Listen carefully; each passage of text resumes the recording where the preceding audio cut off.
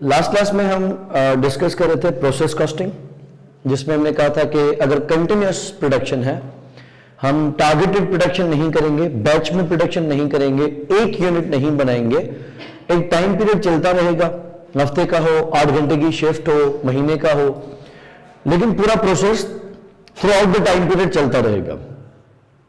फिर उसमें हम कितना इनपुट करते हैं, कितना आउटपुट आता है, कितने घंटे वो एक्चुअली चल सकता है, वो हम जब देख लेंगे।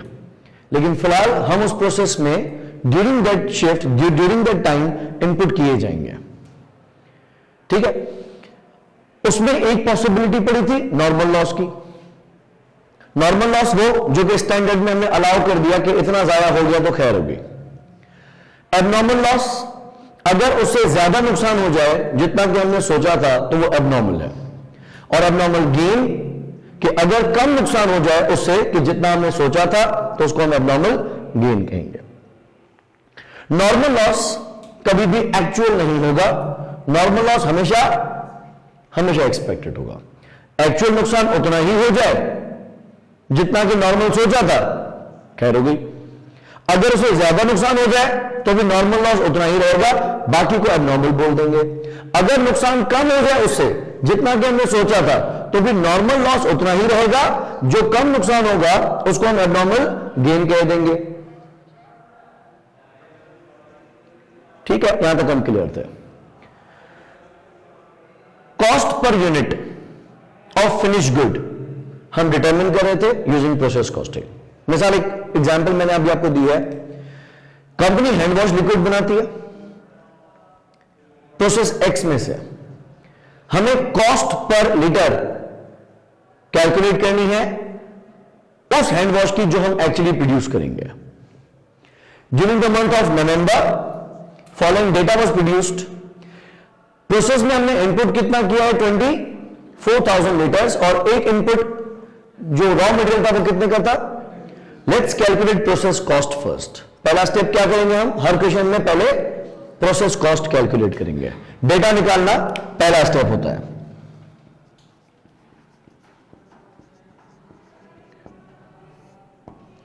प्रोसेस कॉस्ट, प्रोसेस कॉस्ट में एक होगी इनपुट रॉ मटेरियल और दूसरी होगी कन्वर्जन कॉस्ट।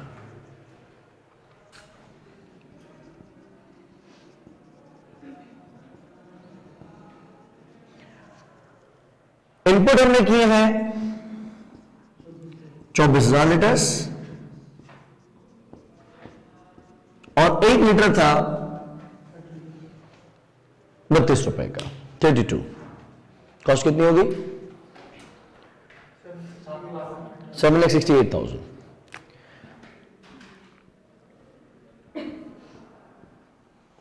उसके अलावा कन्वर्जन कॉस्ट में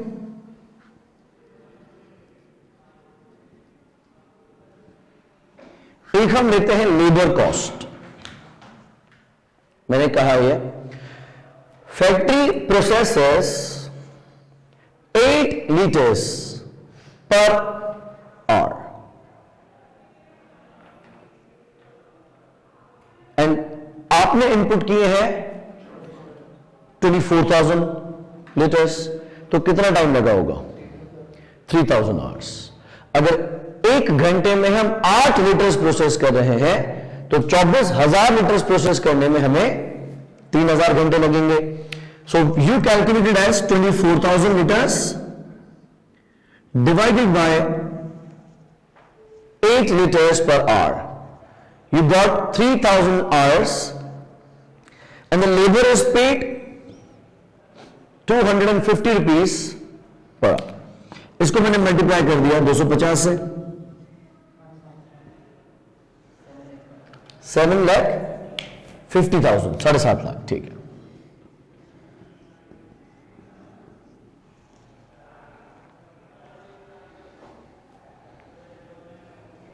next, factory overhead is 140% of labour cost.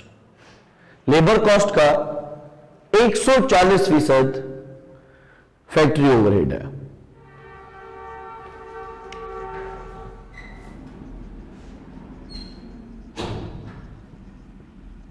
Labour cost कितनी है?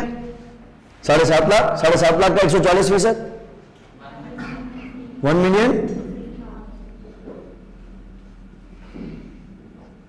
1,50,000। हमारी टोटल कन्वर्जन कॉस्ट कितनी है? 18 लाख।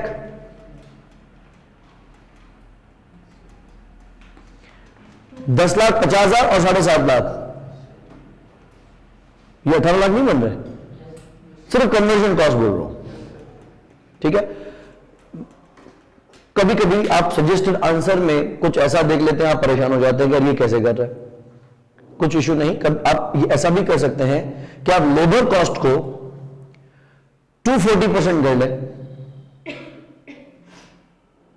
लेबर कॉस्ट को 2.4 से मल्टीप्लाई कर दें। लेबर कॉस्ट कितनी है? 7.5 लाख। 7.5 लाख को मल्टीप्लाई कर दे 240% या 2.4 से, तो आंसर 18 लाख आ जाएगा, जिसमें 100% लेबर खो जाए और 140% उसका फैक्ट्री ओवरहेड है। तो 100% और 140%, 240%। हम अगर लेबर का डायरेक्टली 240% लेंगे, 18 लाख आ जाएगा, जो कि कन्वर्जन कॉस्ट है। तो अगर ऐसा सोल्यूशन आप देखते हैं कहीं भी, तो परेशान होने की जरूरत नहीं है, सिंपल मैथ्स है। आप अलग अलग भी करेंगे तो कोई टेंशन नहीं है। हमारी प्रोसेस की टोटल कॉस्ट कितनी आ गई?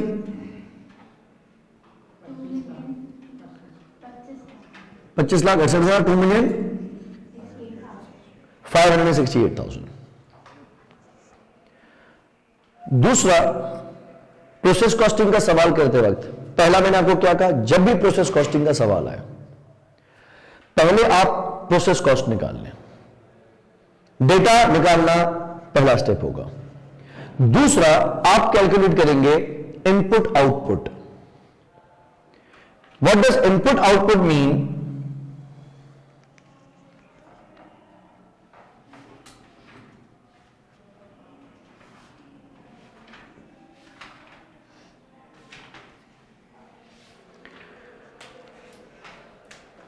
कि हमने प्रोसेस में इनपुट क्या किया था। यह क्वेश्चन चल रहा है लीटर्स पे।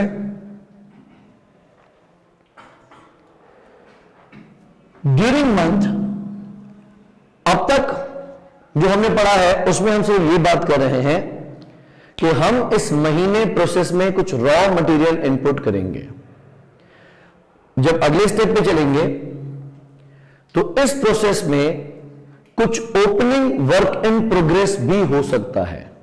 What does opening work in progress mean? पिछले महीने अक्टूबर में बिल फर्ज हम 30,000 लीटर्स पे काम कर रहे थे। उसमें से कुछ जाया होना था, लेट्स से 2.5% जाया होना था, कुछ हमने फिनिश कर दिया। लेकिन अक्टूबर के इख्तिताम पर बिल फर्ज 4,000 लीटर्स पे अभी काम चल रहा था कि अक्टूबर खत्म हो गया। और मैंने कहा हम वक्त से बंधे हैं, काम से नहीं। अक्टूबर खत्म हो गया, मुझे क्लोजिंग करनी पड़ गई। तो मैंने कहा 4,000 लीटर्स तो अभी मुकम्मल हुए नहीं है, वो तो फिनिश गुड्स भी नहीं हुए, लॉस भी नहीं हुए, वो तो एक तरफ ही नहीं हुए, उस पर तो अभी काम चल रहा है। लिहाजा जैसे ही नवंबर शुरू होगा तो उनका जो बकिया काम है वो मैं उस पर करूंगा। इस केस में नवंबर को 4,000 लीटर्स विरसे में मिलेंगे, अक्टूबर टू नवंबर। आउटपुट कौन से महीने में प्रोड्यूस होगा उसका? नवंबर में। तो हम जब इनपुट रखेंगे तो इनपुट में एक पॉसिबिलिटी होती है कि हमने इनपुट दिया है by means of opening work in progress. जिस तरह अभी मैंने मिसाल वर्बली दी, उसमें मैंने 4,000 लीटर्स को नवंबर में इनपुट किया अक्टूबर से, जो कि इस सवाल में नहीं है। दूसरा,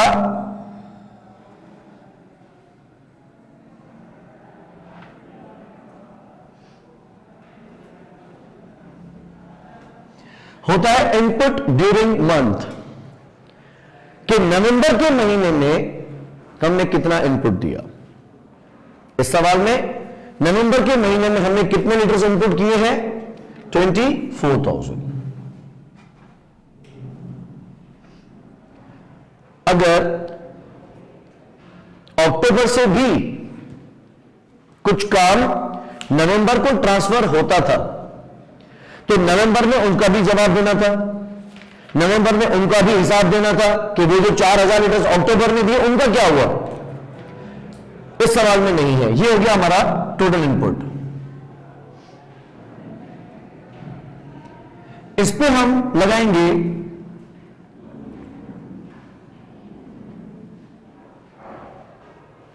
नॉर्मल लॉस।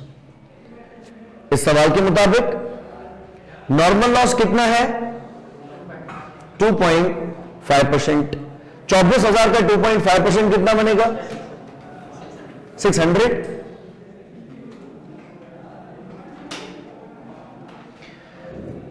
600 लीटर्स तो हमने जान के झोंके हैं, हमें पता था कि ये ज्यादा होंगे। इनपुट में से जब हम नॉर्मल लॉस माइनस करते हैं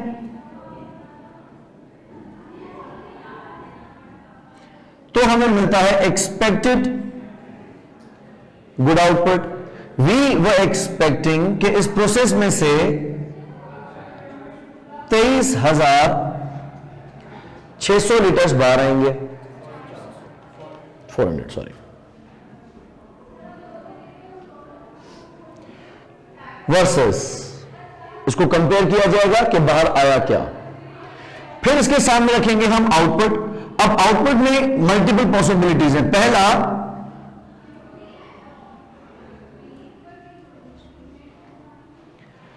आउटपुट में फिनिश गुड्स हो सकते हैं जो कि प्रोसेस से बिल्कुल ही बाहर चले गए, और मुमकिन तौर पे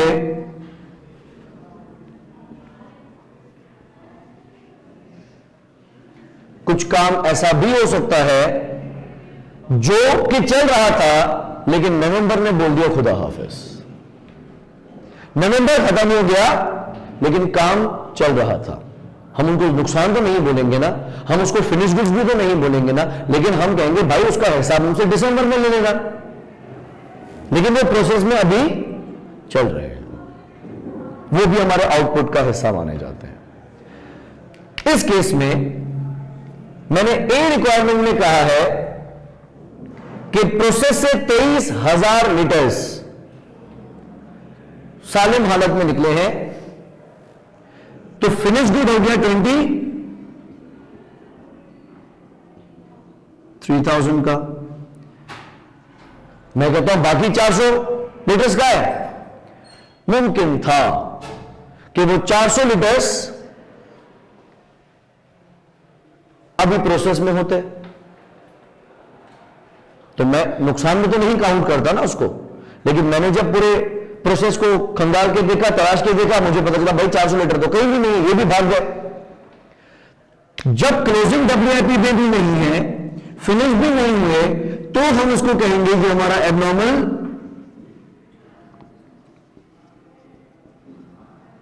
लॉस है।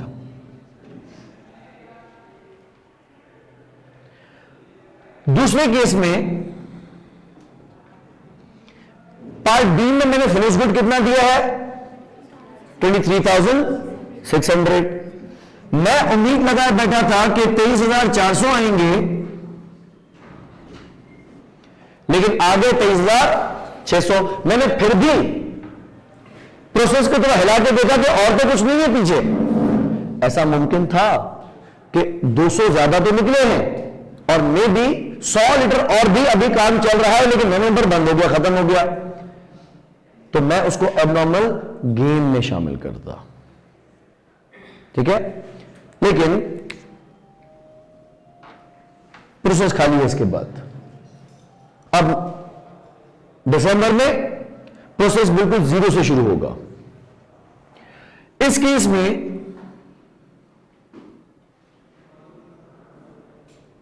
200 यूनिट्स ज्यादा निकले हैं, तो इसको हम नाम क्या दे रहे हैं? Abnormal gain. प्रोसेस कॉस्टिंग का क्वेश्चन सॉल्व करने का पहला स्टेप क्या हुआ? प्रोसेस कॉस्ट कैलकुलेट करेंगे, दूसरा स्टेप क्या होगा, इनपुट एंड आउटपुट करेंगे। तीसरा स्टेप होगा इक्विवेलेंट प्रोडक्शन यूनिट्स, लेकिन वो तब कैलकुलेट किए जाएंगे जब ओपनिंग WIP हो और क्लोजिंग WIP हो, जिससे प्रोसेस कॉस्टिंग थोड़ा कॉम्प्लिकेट हो जाएगा।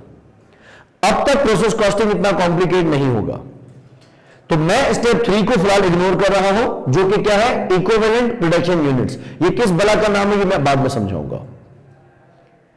हम अभी तीसरे स्टेप पे डायरेक्टली कॉस्ट कैलकुलेट करते हैं।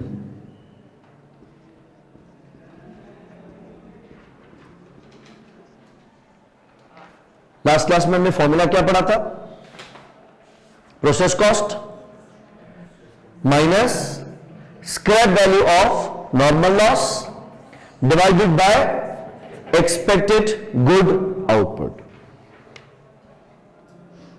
इस प्रोसेस की कॉस्ट कितनी है ये हम स्टेप 1 में कैलकुलेट कर चुके।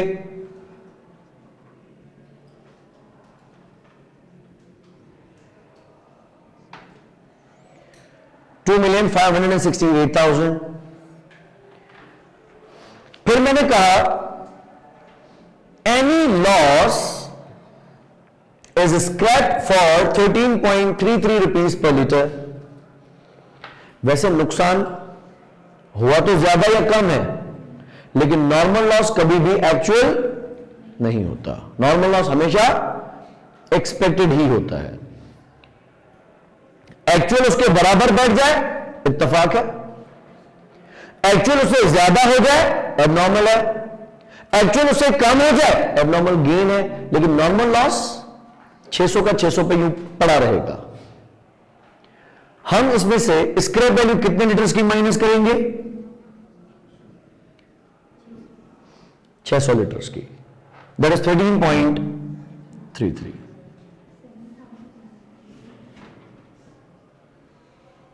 $7,999 यानी 8,990, ठीक है। तो राउंडेड अप 8,000 हो गया।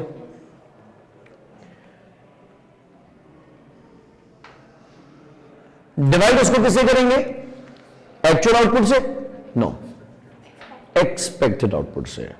एक्चुअल आउटपुट कम आ गया तो कॉस्ट पर लीटर को ऊपर नहीं जाने देंगे, एक्चुअल आउटपुट ज्यादा आ गया कॉस्ट पर लीटर को कम नहीं होने देंगे, क्योंकि एक्चुअल एबनॉर्मल गेन्स या लॉसेस का फायदा या नुकसान हम कॉस्ट पर लीटर को नहीं पास करेंगे, ठीक है। तो अगर मैंने एक्चुअल आउटपुट रख दिया जो कि कम है एबनॉर्मल लॉस की वजह से, तो मेरी कॉस्ट पर लीटर बढ़ जाएगी। हम कॉस्ट पर लीटर को बोलेंगे तो तुम्हारा क्या कसूर है। तो कॉस्ट पर लीटर में एबनॉर्मल गेन और एबनॉर्मल लॉस के gains and losses transfer pass on नहीं किए जाएंगे, तो उसको हम डिवाइड किसी से करेंगे, एक्सपेक्टेड गुड आउटपुट से, विच वॉज 23,400।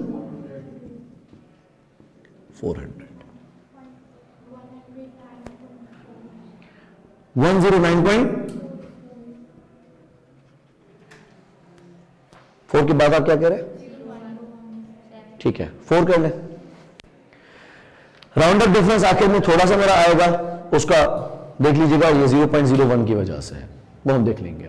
खैर, step number 1 process cost, step number 2 input output, step number 3 EPU ignore करना, step number 4 cost per litre, step number 5 is valuation, ठीक है। ये हमारा लास्ट स्टेप है, उसके बाद हम टी शेप बनाएंगे।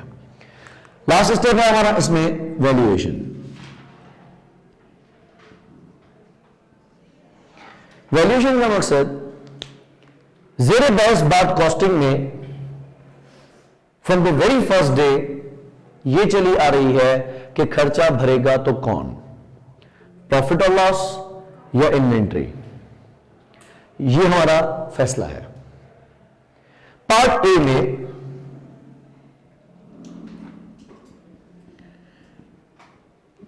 जितना हमारा फिनिश्ड स्टॉक है, फिनिश गुड्स है, कितने यूनिट्स फिनिश हुए हैं ए पार्ट में, 23,000। इन्वेंट्री में हम 23,000 लीटर से रख सकते हैं ना, हम बेच भी 23,000 लीटर से सकते हैं ना, बाकी जो जाया हो गया इससे अलावा वो तो हम बेच नहीं सकते। तो इन्वेंट्री में ये जाएगा, 23,000 in case of A. B में कितना आउटपुट आया है? 23,600। पहले हम 23,000 की बात करते हैं। हर 1 लीटर कितने का है? 109 रुपए।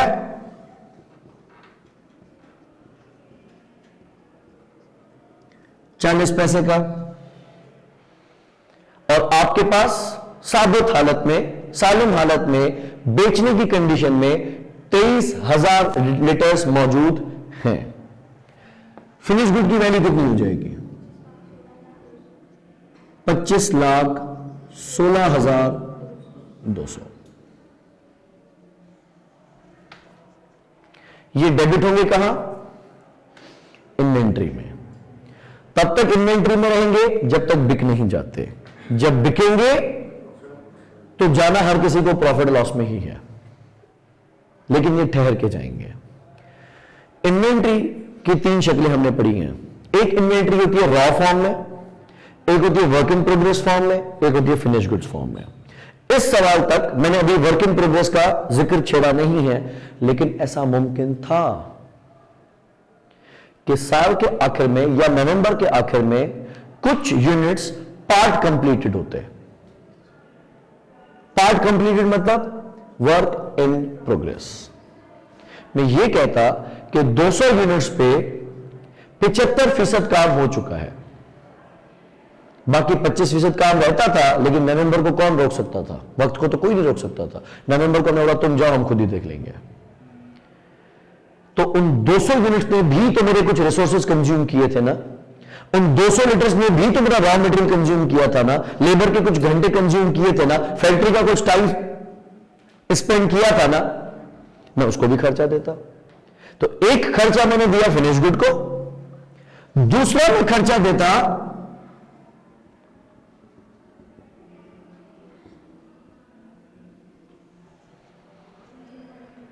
क्लोजिंग WIP को। उसूलन उसको एग्जैक्टली 109 रुपए 40 पैसे का खर्चा नहीं मिलना चाहिए था, क्योंकि वो फिनिश्ड नहीं है।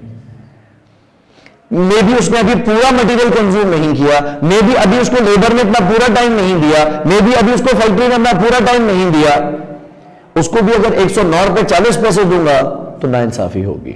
वो हिसाब बहरहाल हम बाद में सीखेंगे। कहने का ये मकसद कि वैल्यूएशन के टाइम पे फिनिश गुड्स को भी खर्चा जाएगा, WIP को भी कुछ खर्चा जाएगा, और कुछ खर्चा जाएगा प्रॉफिट एंड लॉस में।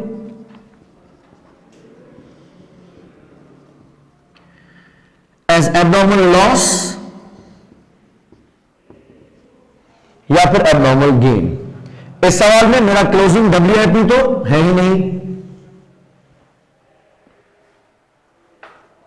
ठीक है। तो जो दावत पर आया नहीं वो हिस्सा नहीं भरेगा। एबनॉर्मल लॉस, बिना दावत के आ गए थे। कितने यूनिट्स बिना दावत के आए थे? पार्ट ए में 400 यूनिट्स, और पार्ट बी में 200 यूनिट्स खाना कहीं और खा के लिफाफा हमें दे दिया, फायदा हो गया भाई, ठीक है, एक्स्ट्रा आ गया ना। मल्टीप्लाइड बाय, पता है एक यूनिट था कितने का? एक लिफाफे में थे 109 रुपए 40 पैसे, ठीक है। मेरे 400 यूनिट्स जाया हो गए। एक यूनिट था 109 रुपए 40 पैसे का, तो नुकसान कितना हो गया? 4760, ठीक है। अच्छा, इन केस ऑफ बी 21,000,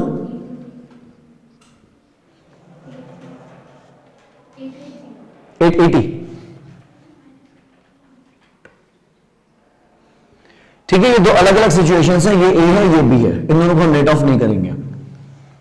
दो अलग अलग बातें हम कर रहे हैं कि एक महीने में ऐसा होता अगर 23,600 आ जाते या 23,000 आ जाते तो क्या फर्क पड़ता।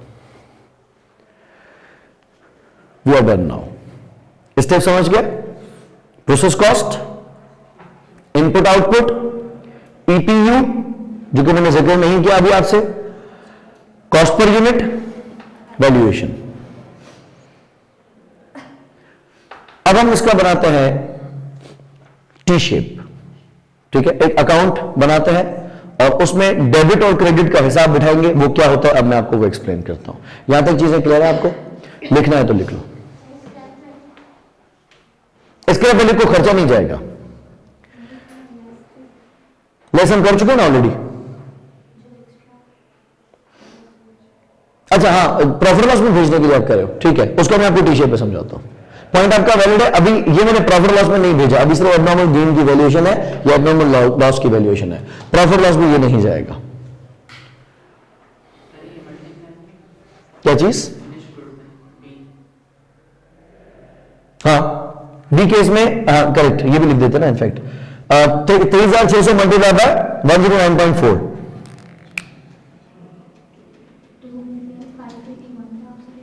2,05,840।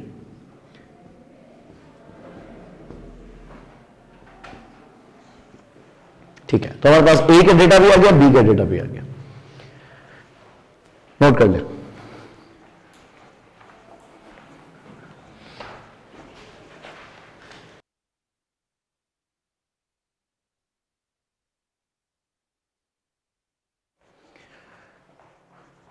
टी अकाउंट्स हम एक लेजर के अंदर बनाते हैं। नॉर्मली फाइनेंशियल अकाउंटिंग में इट इज नॉमिनल लेजर और जनरल लेजर। टी अकाउंट बनाने का बेसिक मकसद is to split an account into left and right.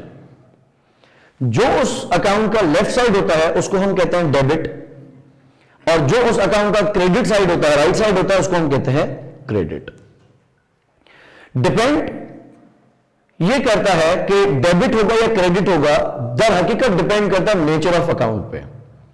मिसाल, अगर अकाउंट की नेचर एसेट की है तो इंक्रीज होने पर डेबिट करते हैं और डिक्रीज होने पर उस अकाउंट को हम क्रेडिट करते हैं। अगर नेचर ऑफ अकाउंट लायबिलिटी है तो इंक्रीज होने पर क्रेडिट होगा और डिक्रीज होने पर डेबिट होगा। अगर नेचर ऑफ अकाउंट एक्सपेंस है तो इंक्रीज होने पर डेबिट होगा, डिक्रीज होने पर क्रेडिट होगा। तो ये नेचर ऑफ अकाउंट पे डिपेंड करता है। उसके लिए हमारा यह समझना बहुत जरूरी है कि ये जो हम टी अकाउंट बना रहे हैं इसकी नेचर क्या है। इसको हम कहते हैं प्रोसेस अकाउंट। मिसाल, मैंने इस सवाल में इसका नाम दिया था प्रोसेस एक्स,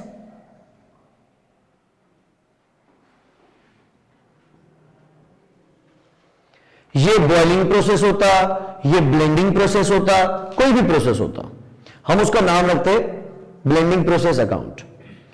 नेचर क्या है? This is work in progress account. This is work in progress account. Work in progress की नेचर क्या है? It is an inventory, it is an asset. जिस तरह रॉ मटेरियल इन्वेंट्री है, वर्क इन प्रोग्रेस भी inventory है, finish goods भी inventory है। जब हम रॉ मटेरियल खरीदते हैं, अगर हमने रॉ मटेरियल क्रेडिट पे खरीदा तो हम डबल एंट्री क्या करते हैं? डेबिट करते हैं raw material inventory and credit करते हैं ट्रेड पेएबल। क्योंकि एसेट भी इंक्रीज हुआ है, लायबिलिटी भी इंक्रीज हुई है, तो डेबिट किया रॉ मटेरियल, क्रेडिट किया पेएबल। अब पेएबल का सर का दर्द फाइनेंशियल अकाउंटिंग का है, लेकिन रॉ मटेरियल का सर दर्द कॉस्ट अकाउंटिंग का है। तो जब हम कॉस्ट लेजर बनाएंगे, एक हो गए फाइनेंशियल लेजर्स जो नॉमिनल लेजर है, ये जो अकाउंट आएगा ये आ जाएगा कॉस्ट अकाउंट्स में। तो ये फैक्ट्री को दे दिया जाएगा कि भाई ये रॉ मटेरियल मैंने आपको दे दिया, इसका हिसाब किताब आप फैक्ट्री के अंदर ही रख लो। फैक्ट्री में बना हुआ है एक टी शेप रॉ मटेरियल के नाम से। रॉ मटेरियल अब जाएगा कहां? अगली स्टेज क्या है रॉ मटेरियल की? ये फैक्ट्री में जाएगा, पहला स्टेप, ये फैक्ट्री में जाएगा। जब रॉ मटेरियल को फैक्ट्री को दिया जाएगा तो रॉ मटेरियल शक्ल अख्तियार कर जाएगा वर्क इन प्रोग्रेस की। In that case work in progress भी एक एसेट है। डेबिट करेंगे वर्क इन प्रोग्रेस, क्रेडिट करेंगे रॉ मटेरियल। ठीक है, जब तक आपके पास रॉ फॉर्म में मटेरियल रखा हुआ था तो रॉ मटेरियल में था, लेकिन अगर हमने उसको उठा के फैक्ट्री को इश्यू कर दिया, स्टोर से उठा के फैक्ट्री को दे दिया, वेयरहाउस से उठा के फैक्ट्री को दे दिया, तो फैक्ट्री ने अपने पास उसको रिकॉर्ड किया वर्क इन प्रोग्रेस में, और वहां स्टोर में उसको क्रेडिट कर दिया अपनी तरफ से। तो work in progress account debit होगा रॉ मटेरियल की वजह से। बात समझ में आ रही है? अच्छा, ऐसा भी होता है कि asset, liability, capital and Contra, 4 तरह के अकाउंट्स सीडीबीडी होते हैं, कैरी डाउन ड्रॉ डाउन होते हैं, ओपनिंग क्लोजिंग होते हैं। लेकिन एक्सपेंसेस एंड रेवेन्यू के अकाउंट्स राइट ऑफ होते हैं। तो एसेट 1 साल का कैरी फॉरवर्ड होके दूसरे साल में ओपनिंग होगा, लायबिलिटी 1 साल की कैरी फॉरवर्ड होगी दूसरे साल में ओपनिंग होगी। वैसे ही वर्क इन प्रोग्रेस अगर पिछले महीने के आखिर में इनकंप्लीट रह गया था तो इस साल के लिए ओपनिंग होगा। ठीक है, तो पहली पॉसिबिलिटी इसका कुछ ओपनिंग बैलेंस भी हो सकता है। अब तक मैंने वो नहीं करवाया। अगर इसका ओपनिंग बैलेंस होता तो किस तरफ आता? डेबिट साइड पे। वजह क्योंकि एसेट है, और एसेट का बीडी डेबिट साइड पे आता है। मैं यहां पे ब्रॉट डाउन दिखाता as opening work in progress. Financial accounting के जब हम लेजर्स बनाते हैं तो उसमें सिर्फ और सिर्फ फाइनेंशियल वैल्यू दिखाई जाती है। यहां पे हम क्वांटिटी भी दिखाएंगे और फाइनेंशियल वैल्यू भी दिखाएंगे। तो यह लिखा जाएगा कि अक्टूबर के आखिर में कितने लीटर्स पे काम चल रहा था। बिल फर्स 4000 लीटर्स हैं, तो मैं क्वांटिटी में लिखूंगा 4000 लीटर्स,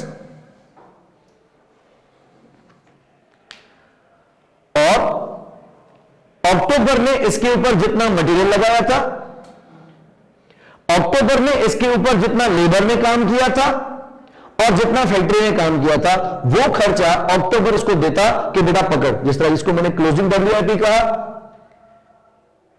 मैं इसको पूरा 109 रुपए 40 पैसे का खर्चा नहीं दे सकता, यह सरासर नाइंसाफी होगी।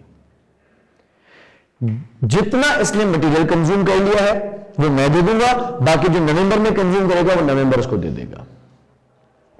जितना काम लेबर ने इसको नवंबर में कर लिया है इसके ऊपर, वो मैं उसको दे दूंगा, बाकी जितना नवंबर में लेबर काम करेगा नवंबर इसको देगा।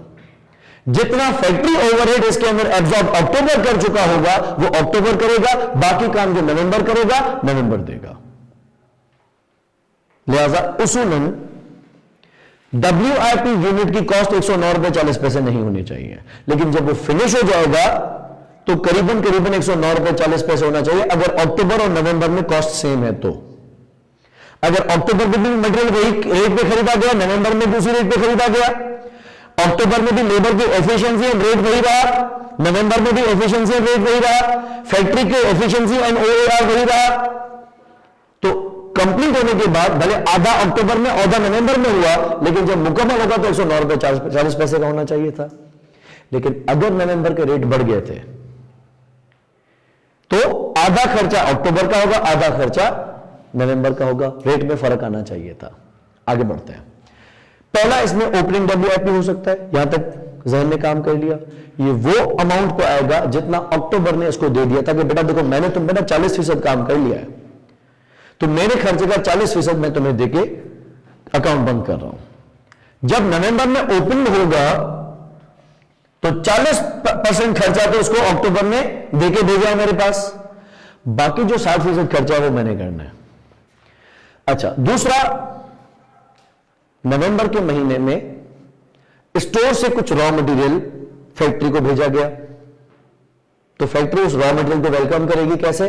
डेबिट करके। जितना रॉ मटेरियल नवंबर के महीने में स्टोर की जानिब से प्रोसेस यानी फैक्ट्री को इश्यू किया गया वो वहां क्रेडिट किया जाएगा और डब्ल्यूआईपी में डेबिट किया जाएगा रॉ मटेरियल की वजह से।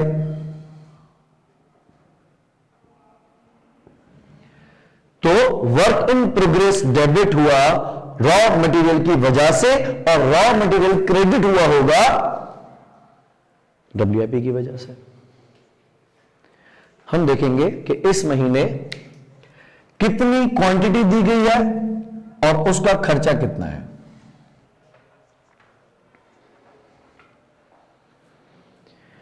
फिर आती है कन्वर्जन कॉस्ट।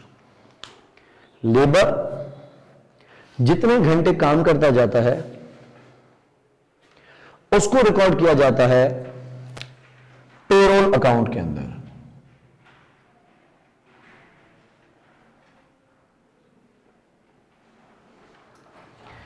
जिस तरह जितना रॉ मटेरियल खरीदा जाता है वो रॉ मटेरियल में दिखाया जाता है और जितना लेबर से काम करवाया जाता है वो कौन से अकाउंट में रखा जाता है, पेरोल के अंदर। मिसाल, एक महीने के अंदर लेबर ने 3500 घंटे काम किया, हर घंटे का रेट उसका 250 रुपए था, तो मैंने 3500 मल्टीप्लाई बाय 250 किया, अमाउंट कितना बना, 8,75,000।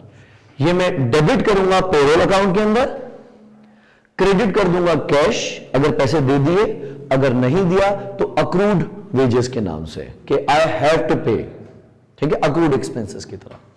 बहरहाल मेरे पेरोल के अंदर 8,75,000 रखे हुए हैं।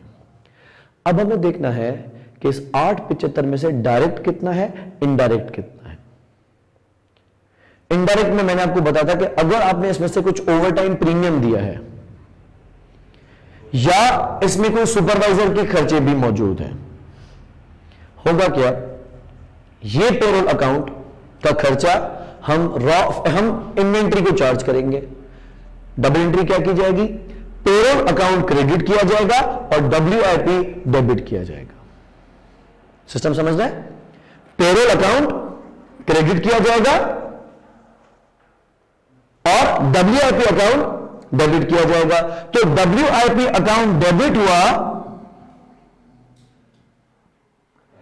डायरेक्ट लेबर की वजह से, लेकिन लेबर के घंटे क्या वजन बढ़ाएंगे,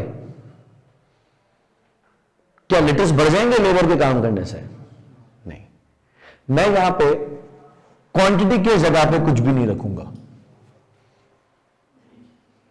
क्योंकि लिटर्स तो नहीं बढ़ेंगे ना आपके।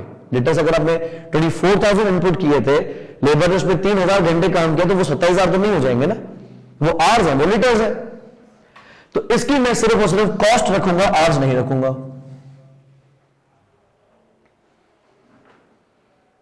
ठीक है। उसके अलावा फैक्ट्री ओवरहेड्स, वो जो एब्जॉर्ब किए जाते हैं, एक्चुअल की बात नहीं कर रहा। फैक्ट्री ओवरहेड्स हमने शुरू की क्लासेस में पढ़ा था क्या क्या चीजें होती हैं, heat and light, rent and rate, depreciation, supervisor की salary, insurance premium, indirect labour, indirect material, repair and maintenance, canteen वगैरह का खर्चा। यह खर्चा जैसे जैसे होता जाएगा यह फैक्ट्री ओवरहेड कंट्रोल अकाउंट के अंदर डेबिट किया जाएगा, क्योंकि खर्चा है, क्योंकि खर्चा है, डेबिट किया जाएगा। लेकिन यह डेबिट किया जाएगा by actual amount. Insurance premium जितना एक्चुअल होगा, हीट एंड लाइट जितना एक्चुअल होगा, रेंट एंड रेट जितना एक्चुअल होगा, सब एक्चुअल डेबिट किया जाएगा फैक्ट्री ओवरहेड कंट्रोल अकाउंट के अंदर। लेकिन मैं एक्चुअल तो एब्जॉर्ब नहीं करता ना। एब्जॉर्ब करने का हमारा pre determined overhead absorption rate महीने की शुरुआत में ही तय था, जो कि इस केस में मैंने लेबर का 140% कहा था। जितना अमाउंट आप एब्जॉर्ब करेंगे वो डब्ल्यूआईपी में डेबिट हो जाएगा, फैक्ट्री ओवरहेड कंट्रोल अकाउंट में क्रेडिट हो जाएगा। कितना अमाउंट एब्जॉर्ब्ड, डबल एंट्री समझना, debit work in progress account, credit factory overhead control account. ये वर्क इन प्रोग्रेस है, इसको मैंने डेबिट करना है बाय फैक्ट्री ओवरहेड्स। क्वांटिटी तो फर्क नहीं आएगा, और जितना एब्जॉर्ब हुआ है वो यहां पे डेबिट हो जाएगा। यस नहीं, एब्जॉर्ब्ड बाय द एंड। आपने फैक्ट्री ओवरहेड कंट्रोल अकाउंट को जितने से डेबिट किया था वो एक्चुअल था, और जितने से क्रेडिट किया वो एब्जॉर्ब्ड है।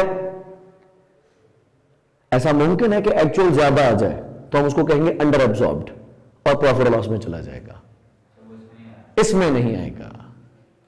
और अगर हमने एब्जॉर्ब कर लिया ज्यादा, क्रेडिट साइड भारी हो गया और एक्चुअल आ गया कम, तो हम कहेंगे हमने ओवर एब्जॉर्ब कर दिया, तो इसको डेबिट करके प्रॉफिट लॉस को क्रेडिट कर देंगे।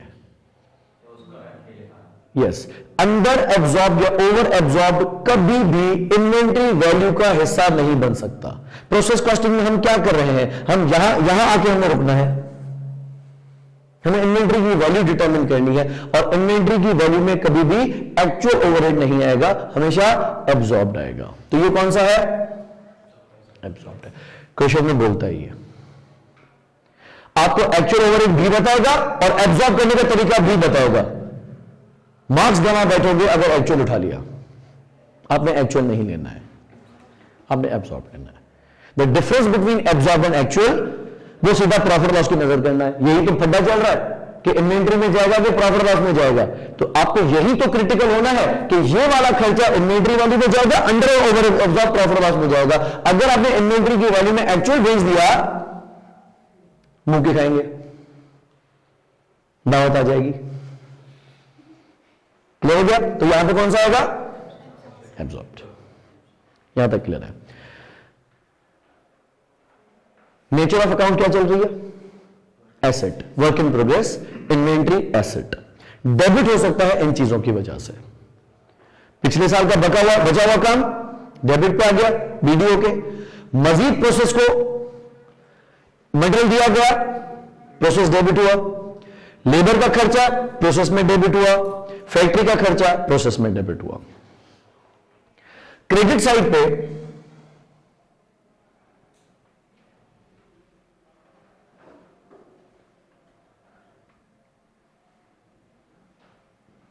एक आ सकता है नॉर्मल लॉस।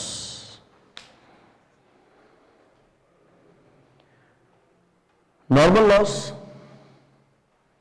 ना प्रॉफिट लॉस में, प्रॉफिट लॉस में तो नहीं जाएगा, इन्वेंट्री का पार्ट है। लिहाजा नॉर्मल लॉस को हम खर्चा तो नहीं देते। देखिए, जब मैंने वैल्यूएशन की तो मैंने फिनिश गुड्स को खर्चा दिया, डब्ल्यूआईपी को खर्चा दिया, एबनॉर्मल लॉस को खर्चा दिया, एबनॉर्मल गेन को खर्चा दिया, और अगर नॉर्मल लॉस के यूनिट्स आ जाते 600 सर मेरा, मैं बोलूंगा बेटा आप जाओ, आपको माफी है। नॉर्मल लॉस को हम खर्चा नहीं देते, लेकिन अगर कुछ स्क्रैप वैल्यू दे दे तो मना नहीं है।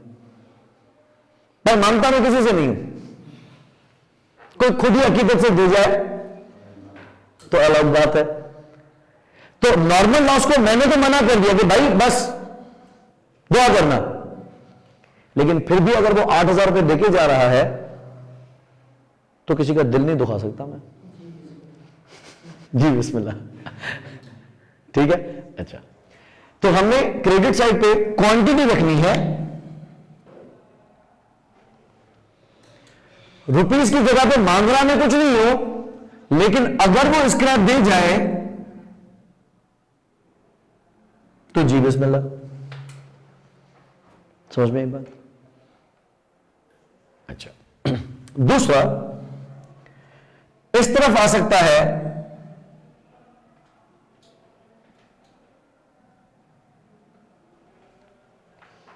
Abnormal loss.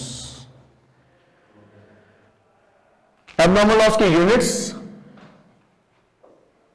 जितने भी जाया हुए हैं, और इसको माफी नहीं है, इसको मैं बाकायदा खर्चा देता हूं,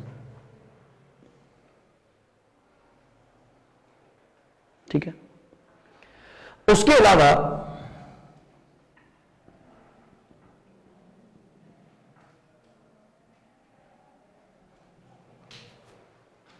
फिनिश गुड्स हो सकते हैं, जितने भी यूनिट्स मैंने प्रोसेस से मुकम्मल किए और उनको भी बाकायदा हम खर्चा देते हैं।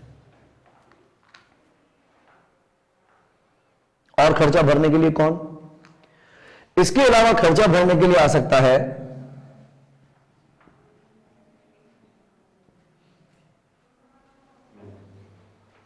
जो यहां से सीडी होगा, दिसंबर के लिए बीडी होगा। अकाउंट बंद नहीं हो रहा, इसकी वजह से अकाउंट कंटिन्यू रहेगा, तो यहां का क्लोज हो जाएगा। जितने यूनिट्स पे काम चल रहा है और ईमानदारी के साथ आप उसको जो खर्चा दे सकते हो, पूरा 109 रुपए 40 पैसे नहीं देना, गरीब है, अभी पूरा नहीं बना, बाकी दिसंबर भी इसको कुछ खर्चा दागेगा कि भाई ये भी तू पकड़, आधा क्यों आया था?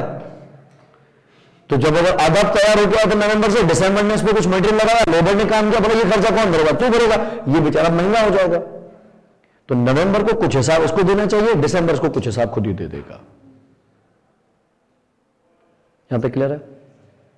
लास्ट चीज, एबनॉर्मल गेन, फायदा है नुकसान है, नाम ही गेन है।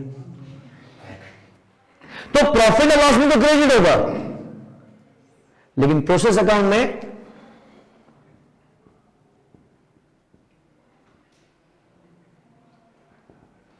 जितने यूनिट्स एक्स्ट्रा निकले और उसकी बाकायदा हम वैल्यू डिटरमिन करते हैं कि फायदा कितना हुआ है। क्योंकि बेटा देखो, अगर ज्यादा नुकसान होता तो क्लोजिंग इन्वेंट्री तो नहीं भरती, तो गुड आउटपुट तो नहीं भरता। जिस तरह अगर 23,400 की जगह पे मैंने 23,000 यूनिट्स बना दिए, 400 यूनिट्स मुझे जाया हो गए, ये लॉस मानूंगा ना, कॉस्ट पर यूनिट को तो नहीं चार्ज कर सकता। और जब फायदा होगा तो फायदा भी उसको क्यों दूं? तो एबनॉर्मल गेन या लॉस की सूरत में हमारी कॉस्ट पर लीटर वैसे भी सेम रहेगी। जितना ज्यादा नुकसान होगा वो WIP में क्रेडिट होके प्रॉफिट लॉस में डेबिट हो जाएगा, और अगर गेन हो गया तो WIP में डेबिट होके प्रॉफिट लॉस में क्रेडिट हो जाएगा। प्रॉफिट लॉस में डेबिट होना मतलब नुकसान, और प्रॉफिट लॉस में क्रेडिट होना मतलब फायदा। ये हो गया मेरा टी शेप। यहां तक चीजें क्लियर है? अब बाकी आगे की चीज समझेंगे, फिर हम इसको फिल करना शुरू करेंगे।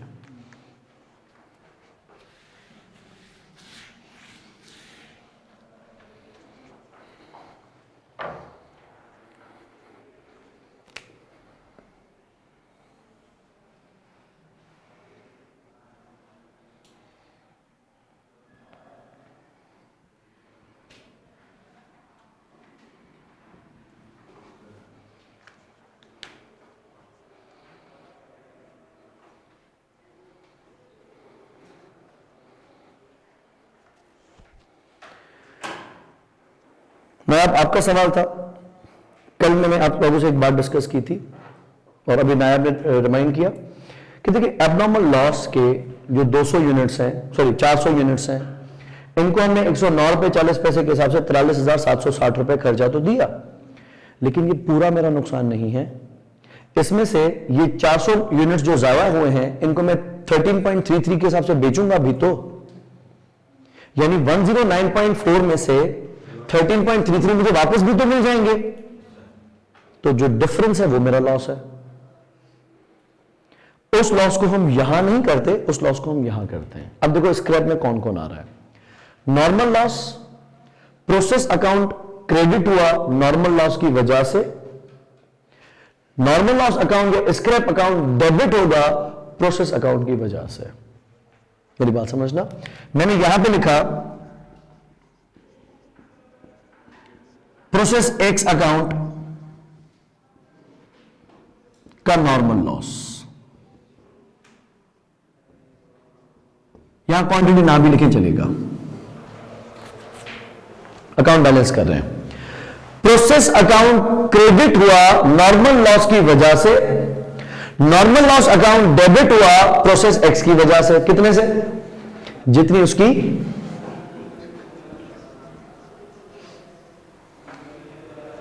स्क्रैप वैल्यू थी। भाई नॉर्मल लॉस को तो मैंने नुकसान दिया ही नहीं ना, नॉर्मल लॉस को तो मैंने खर्चा दिया ही नहीं ना, नॉर्मल लॉस को तो लॉस मैंने माना ही नहीं ना, वो तो अकीदत से दे गया था 8,000 तो मैंने 8,000 रख ली, वरना खर्चा 8,000 थोड़ी था। आप खुद देखिए 600 यूनिट्स अगर 109 रुपए के हिसाब से लगाता था तो 8,000 का खर्चा आता, खर्चा ज्यादा था लेकिन मैंने इसको माफ कर दिया।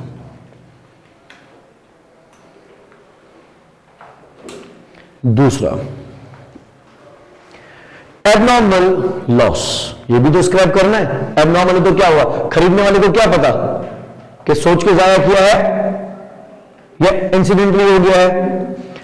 डेबिट पे आ गया प्रोसेस एक्स का एबनॉर्मल लॉस, लेकिन ये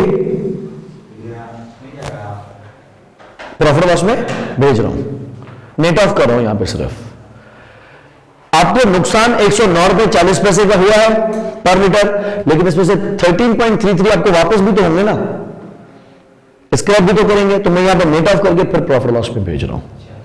फिलहाल 600 लीटर्स नॉर्मल लॉस वाले, लेकिन वो 8000 पे रखे हैं। 8000 बन रहे थे ना, 600 मल्टीप्लाई पर 13.33 8000। लेकिन एबनॉर्मल लॉस के थे तो 400 यूनिट्स, लेकिन खर्चा मैंने 43,760 का दिया इसको, इसके साथ रियायत नहीं है, इससे पैसे मैं मांग के लूंगा। ये दोनों डेबिट पे आ गया। बुलाते हैं स्क्रैप वाले को, वो हमसे खरीदने आता है, जितने में खरीदेगा मुझे पैसे देके जाएगा। तो डेबिट करूंगा कैश और बैंक, क्रेडिट करूंगा स्क्रैप अकाउंट। बस बच्चे गलती करते हैं, कैश और बैंक क्रेडिट क्यों हो रहा है, ये बढ़ नहीं मारना, ये रेफरेंस अकाउंट है। तो स्क्रैप अकाउंट क्रेडिट हो रहा है कैश और बैंक की वजह से, याद आ गया वाला, कैश और बैंक क्रेडिट नहीं हो रहा, ये रेफरेंस है, वजह है ये, ठीक हो गया। अच्छा, कैश और बैंक क्रेडिट हुआ, सॉरी कैश और बैंक की वजह से स्क्रैप अकाउंट क्रेडिट हुआ, कैश और बैंक डेबिट हो गया, जितने भी आपको पैसे मिले। लेकिन पैसे आपस की बातें पूरे तो नहीं मिलेंगे। मिसाल अमाउंट रख के देखते हैं आपको समझाने के लिए। नॉर्मल लॉस की स्क्रैप वैल्यू कितनी थी, 8000। तो मैंने इस अकाउंट को एक तो डेबिट किया था 8000 से, और एबनॉर्मल लॉस को मैंने खर्चा कितना दिया, 43,760, 43,000। तो मेरा टोटल डेबिट साइड पे आ गया 51,760। डू यू एक्सपेक्ट कि इतने पैसे आपको स्क्रैप करने से मिल जाएंगे? नो। नॉर्मल लॉस के मिल जाएंगे 8000, लेकिन एबनॉर्मल लॉस के पूरे पैसे नहीं मिलेंगे। ठीक है, कितने पैसे आपको मिल सकते हैं? टोटल लॉस कितना है, 600 का नॉर्मल, 400 का एबनॉर्मल, 1000 आप बेचोगे कितने में, 13.33। यानी आपको पैसे कितने मिलेंगे कैश और बैंक,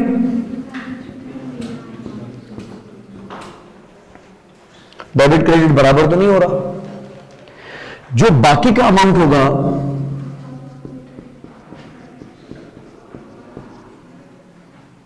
वो हम भेज देंगे प्रॉफिट और लॉस में। ठीक है,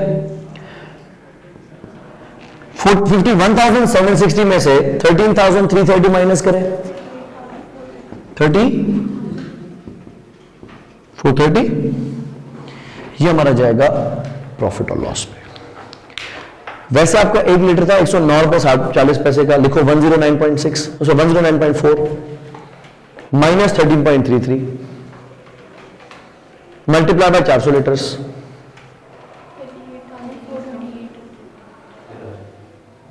38,430, 28, 2 रुपए का फर्क है। खैर है,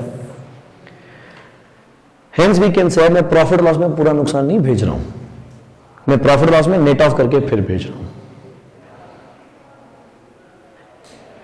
लेकिन ये नेट ऑफ मैं वैल्यूएशन के टाइम पे नहीं करूंगा, नहीं तो प्रोसेस अकाउंट आउट हो जाएगा मेरा।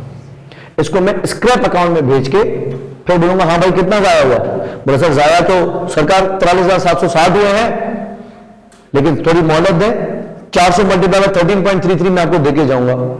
तो वो मैंने नेट ऑफ किया, बाकी तो नुकसान बना गया ना। अच्छा, दूसरी मैंने आपको एक बात की थी,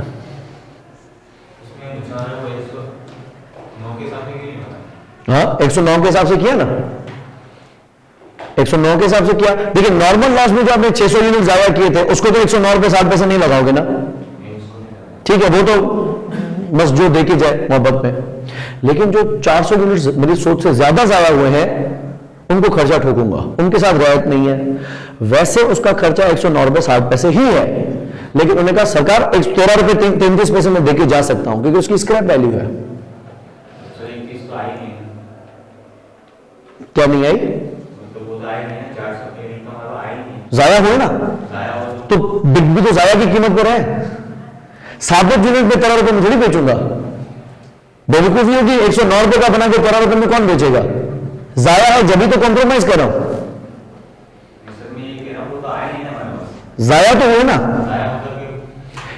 नहीं, जाया होने की मैंने कल 2 बातें की थी। एक होता है एवेपोरेट हो जाना, जो चीज एवेपोरेट होगी उसको आप नहीं बेच सकते, सही है। लेकिन एक चीज होती है कि रद्दी फॉर्म में निकलती है, कचरे की सूरत में ही सही लेकिन निकलती है, तो हम उसको गुड आउटपुट के पैसे में नहीं बेच सकते, लेकिन कचरे की कीमत में बेच सकते हैं,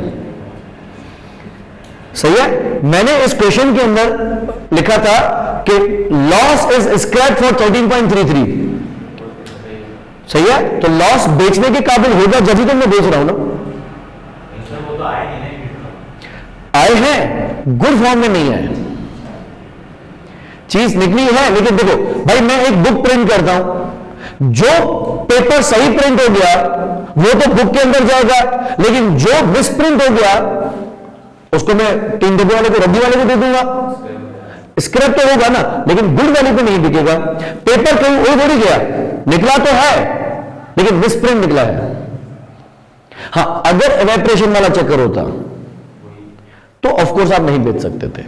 तो ऐसे केस में आपका सवाल बताएगा कि स्क्रैप नहीं किया जा सकता उस चीज को।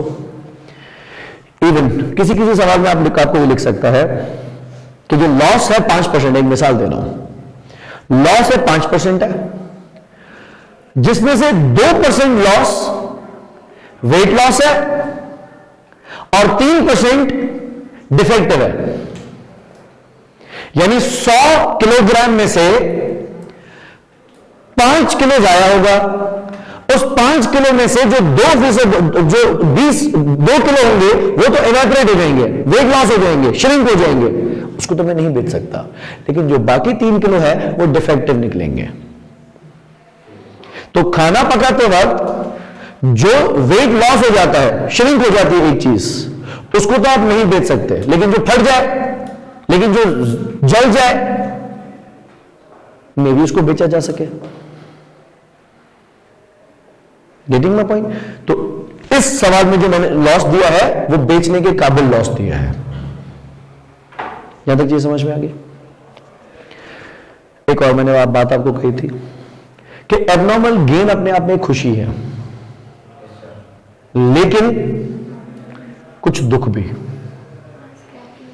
यस, उसकी वजह से मेरा नॉर्मल लॉस उतने पैसों में नहीं बिक सकता जितने में बिकना चाहिए था। भाई नॉर्मल लॉस उतना हुआ ही नहीं, जब भी तो एबनॉर्मल गेन हुआ। उसको हम क्या करेंगे इस केस में? देखें, एबनॉर्मल लॉस की वजह से प्रोसेस अकाउंट क्रेडिट हो रहा है, लेकिन एबनॉर्मल गेन की वजह से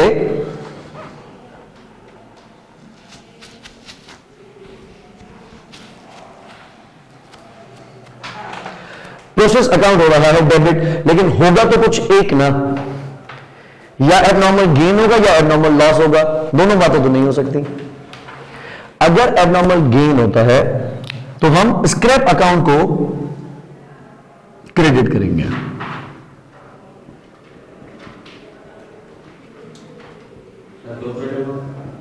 सॉरी, 2 प्रोडक्ट्स हो तो 2 अलग अलग प्रोसेसेस होंगे, उनके प्रोसेस अकाउंट्स भी अलग बनेंगे, उनके स्क्रैप अकाउंट्स भी अलग बनेंगे। नहीं, एक साथ नहीं बन सकते। ऐसा भी होता है कि एक प्रोसेस खत्म होने के बाद यूनिट खत्म नहीं होता, फिनिश नहीं होता, वो दूसरे प्रोसेस का हिस्सा बनता है। तो लेट्स से प्रोसेस एक्स के बाद ये प्रोसेस वाई में जाएगा, प्रोसेस वाई से होकर ये प्रोसेस जेड में जाएगा, और प्रोसेस जेड के बाद ये बेचने के काबिल होगा। लेकिन मैं प्रोसेस एक्स का अलग, वाई का अलग, जेड का अलग अकाउंट बनाऊंगा। मैं अकाउंट को मर्ज नहीं कर सकता, ठीक है। ये मैं एक ही प्रोसेस का WIP बना सकता हूं, 2 प्रोसेस का WIP एक साथ नहीं बन सकता। तो एक प्रोसेस में तो एक ही बात होगी ना, या एबनॉर्मल लॉस होगा या एबनॉर्मल गेन होगा या कुछ भी नहीं होगा, लेकिन दोनों हो ऐसा मुमकिन नहीं। अगर एबनॉर्मल गेन हुआ तो प्रोसेस अकाउंट डेबिट हुआ था एबनॉर्मल गेन की वजह से, स्क्रैप अकाउंट क्रेडिट होगा प्रोसेस की वजह से, और डिफरेंस जो है वो मैं प्रॉफिट लॉस में भेज दूंगा। फिर फिगर्स डालते हैं, होश के साथ काम लेंगे। नॉर्मल लॉस स्क्रैप वैल्यू कितनी, 8,000, 8,000 ये आ गया 8,000। एबनॉर्मल लॉस नहीं है, अब मैं इसकी बात कर रहा हूं, ठीक है। एबनॉर्मल लॉस नहीं है, ठीक है, क्योंकि दोनों में से कुछ एक होगा। एबनॉर्मल लॉस वाला पार्ट मैं आपको अभी करवा चुका। अब मैं किसकी बात कर रहा हूं, एबनॉर्मल गेन की। स्क्रैप वैल्यू तो 8 की 8 रहेगी, चाहे लॉस इतना हुआ ही नहीं फिर भी मैं बोलूंगा हाँ 8,000 लिख दो।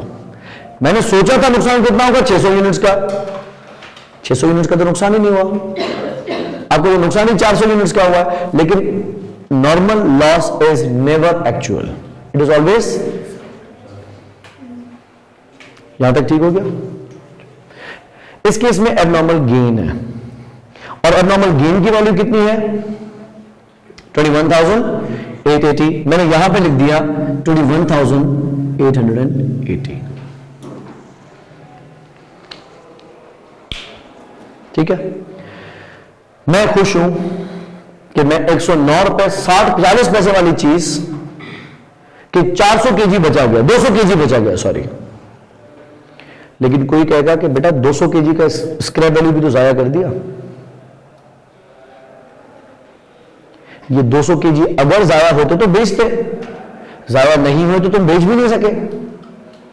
अब इसका नेट ऑफ कैसे हो रहा है, स्क्रैप वैल्यू 8,000 नॉर्मल लॉस की, ये हो गया एबनॉर्मल गेन। मेरे पास बेचने के काबिल यूनिट्स कितने हैं, बेचने के काबिल, बेचने के काबिल स्क्रैप यूनिट्स कितने हैं, 400। देखो इनपुट कितना दिया था, आउटपुट कितना आया है,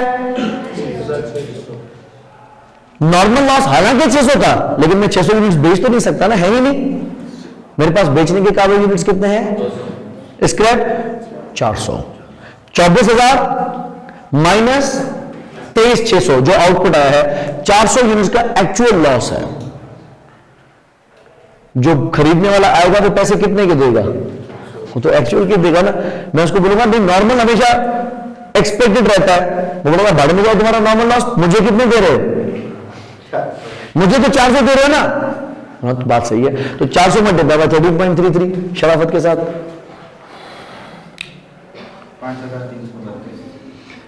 5,332। अब क्या होगा,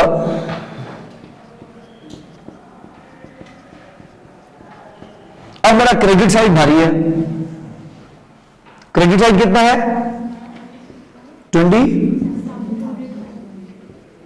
27,212, और डेबिट पे कितना है 8,000। बाकी प्रॉफिट लॉस में कितना जाएगा, रिपीट, ये मेरा जाएगा प्रॉफिट लॉस में एज गेन।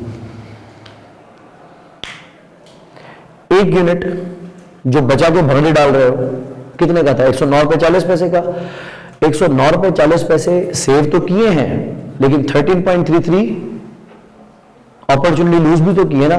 तो 109.4 माइनस 13.33 मल्टीप्लाई बाय 200 यूनिट्स, 19,200, 2 रुपए इधर उधर, प्रॉफिट लॉस में ये जाएगा, नेट ऑफ होगा।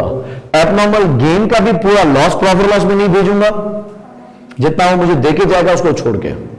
एबनॉर्मल गेन का पूरा गेन प्रॉफिट लॉस में नहीं भेजूंगा, जितना वो मेरी स्क्रैप वैल्यू फॉरगो करवाएगा, अपॉर्चुनिटी वो हटा के बाकी, ठीक है।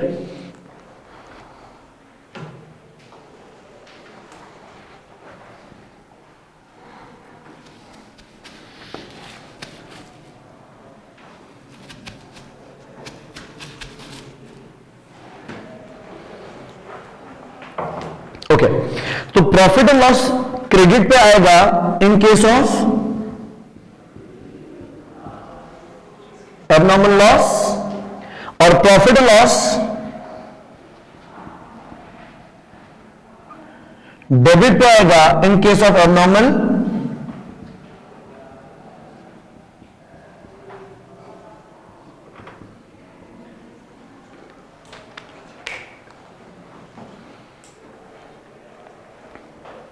इजी। चले आगे, अब हम इनमें फिगर्स पुट करते हैं।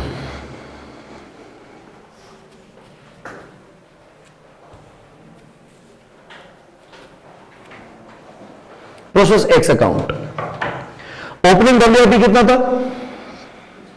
कुछ भी नहीं। इस महीने आपने प्रोसेस में कितने लीटर्स का इनपुट दिया है? 24,000 लीटर्स का। यह हो गया 24,000 लीटर्स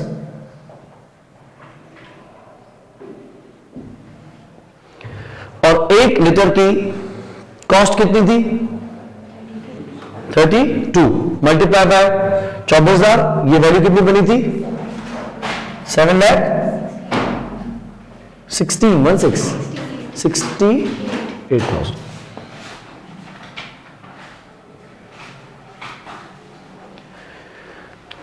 डबल एंट्री याद करें तो डेबिट हुआ WIP 7,68,000 से, क्रेडिट हुआ रॉ मटेरियल 7,68,000 से। लेबर ने 3,000 घंटे काम किया, ठीक है, 8 लीटर फी घंटा, लेकिन लेबर वजन में इजाफा तो नहीं कर सकता, तो मैं क्वांटिटी को डॉट छोड़ दूंगा, लेकिन लेबर की पेमेंट कितनी थी? 750,000। फैक्ट्री ओवरहेड कि घंटे, वजन में इजाफा तो नहीं कर सकते, ठीक है, वजन में इजाफा तो नहीं कर सकते, लेकिन खर्चा हुआ था 10,50,000।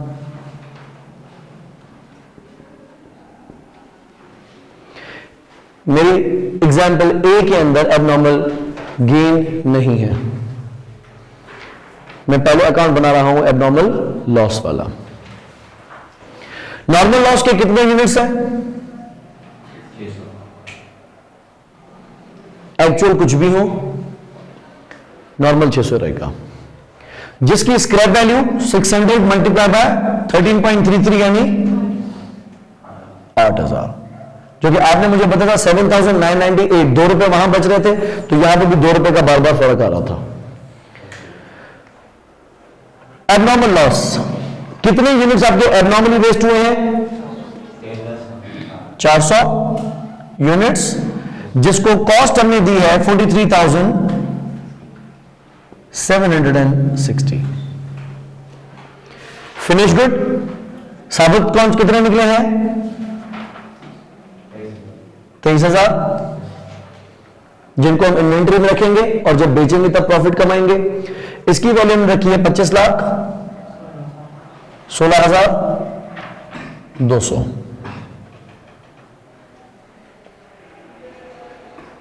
डेबिट क्रेडिट को टोटल करके देखते हैं। क्वांटिटी का डेबिट साइड 24,000,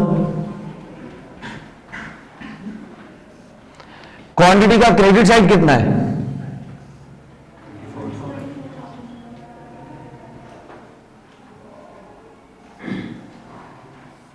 बैलेंस रुपीस का डेबिट साइड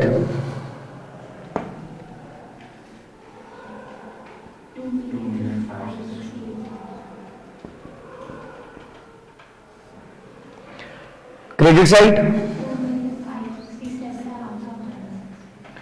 2,567,060, ठीक है, 40 रुपए का फर्क है राउंड ऑफ की वजह से। अगर हम इसको फुल फिगर लेते थे 109.401 और फिर हम मल्टीप्लाई करते थे 23,000 से और 400 से, तो आपका आंसर एग्जैक्टली सेम बैठता। टाइम वेस्ट करने की जरूरत नहीं है। आपकी खुशी में समझ सकता हूं कि जब बिल्कुल बराबर बैठता है ठीक है, तो बड़ी इंटरनल सी खुशी होती है कि 1 रुपए का भी फर्क नहीं है। Don't waste your time. पता नहीं कि स्टूडेंट्स को कितना भी समझा फिर भी कहते हैं साथ डेसिमल प्लेसेस में इतना फर्क है, भूल जाओ। एग्जाम में हमारे पास वैसे ही टाइम कम होता है, इन चीजों पे टाइम बिल्कुल भी जाया नहीं कर सकते हैं। ये क्लियर हो गया? अच्छा, लग गया? तो इसका स्क्रैप अकाउंट जो कि मैं बना तो चुका था, लेकिन एक बार फेयर कर देता हूं उसको।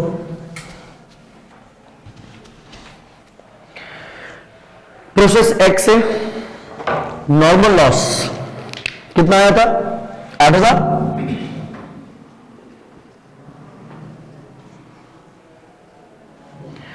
एबनॉर्मल लॉस कितना आया है? 43,760।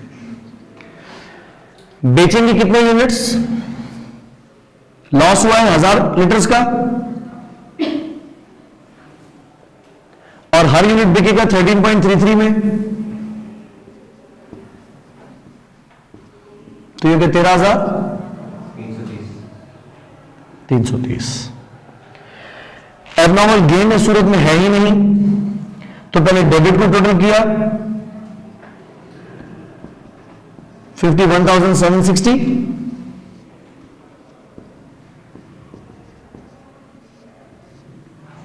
डिफरेंस कितना बचा होगा? 30।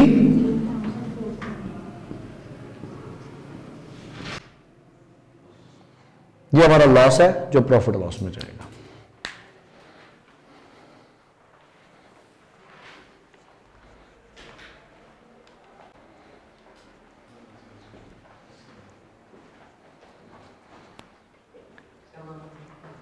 हाँ श्योर।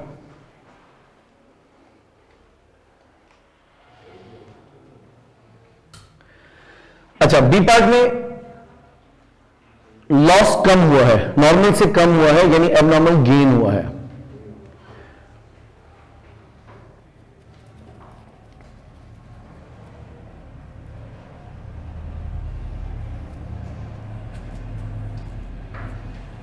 तो जिन चीजों पे फर्क पड़ रहा है मैं उनको हटा रहा हूं।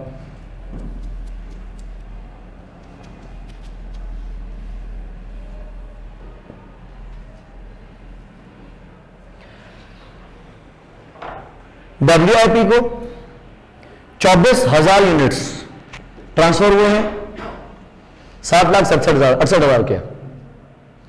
लेबर ने 3,000 घंटे काम किया, 7.5 लाख रुपए। फैक्ट्री को 140% ऑफ लेबर मिला, 10,50,000। ये तो सेम है। नॉर्मल लॉस कितना हुआ है? और नॉर्मल लॉस होता थोड़ी है, नॉर्मल लॉस होता थोड़ी है। कितना हुआ है मतलब वो तो हमेशा एक्सपेक्टेड होता है। तो लॉस कितना भी होगी तो 600 ही रहेगा, और उसकी स्क्रैप वैल्यू इस केस में क्योंकि है तो हम रख रहे हैं। अगर वो कहता कि स्क्रैप नहीं होगा, छोड़ देते। जी बिस्मिल्लाह है ना, दे रहा है तो रख रहे हैं, नहीं देगा वो छोड़ देंगे। 8,000। फिर सिलसिला क्या होता है कि हमने प्रोड्यूस किए हैं 23,600। 23,600 की वैल्यू बनती है 25,81,840। तो मैं इन्वेंट्री में भेज रहा हूं 23,600 यूनिट्स, जिसकी मालियत हमने तय की है 25,81,840। तो 2,581,840 ये WIP से क्रेडिट हुए, फिनिश गुड में डेबिट हो जाएंगे।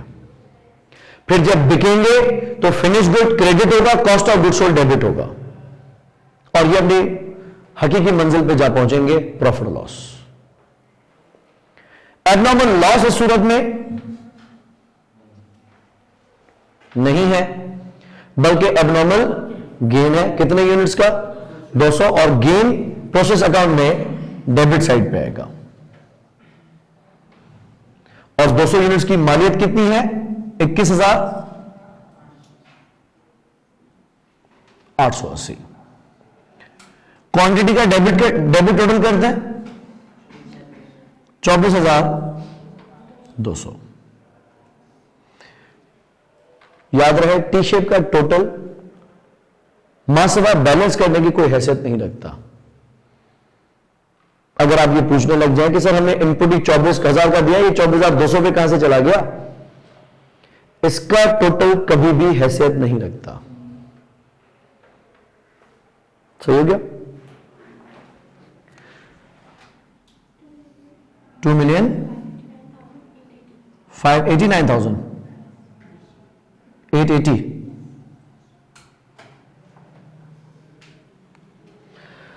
Credit side of quantity 24,200, credit side of value 2,589,840। ठीक है, 40 रुपए का फर्क हम चलाते आ रहे हैं।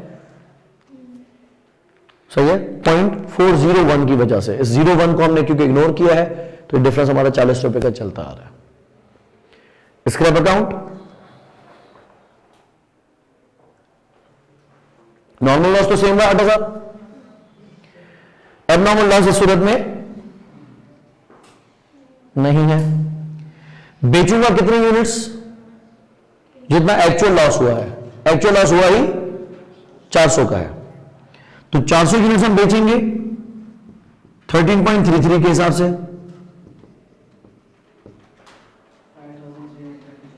5,332 और एबनॉर्मल गेन 21,880 का है, यह आ गया 21,880।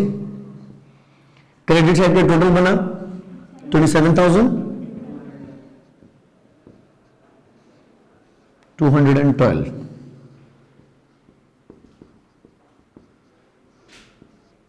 जिसमें से 8,000 माइनस किए तो बाकी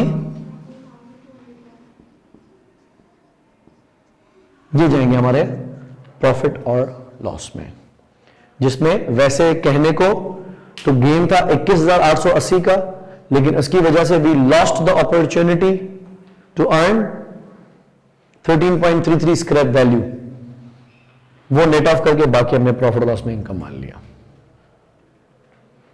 ठीक है, ये क्वेश्चन एक बार फिर आप खुद से अटेम्प्ट करेंगे without looking at the answer, एक बार दो बार ऐसे मिलते जुलते सवाल हम करते रहेंगे। जब आप एक इंडिपेंडेंट प्रैक्टिस करेंगे ना, इंडिपेंडेंट यानी आपने ना बराबर वाले से थोड़ा वेरीफाई करना है किसी चीज को, और ना ही आपने आंसर से थोड़ा वेरीफाई करना है चीज को। यूं समझ लो कि आपके सामने एग्जाम में ये सवाल आ गया, आपकी खुशी की हद नहीं होनी चाहिए अगर 20 मार्क्स का ये वाला पार्ट आ जाए तो,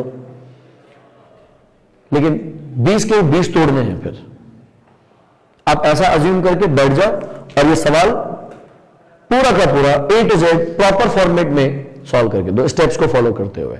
इसमें स्ट्रांग हो जाओ तो फिर मैं WIT थोड़ा भरम से स्टार्ट करवाऊंगा। ठीक है, सी यू नेक्स्ट क्लास।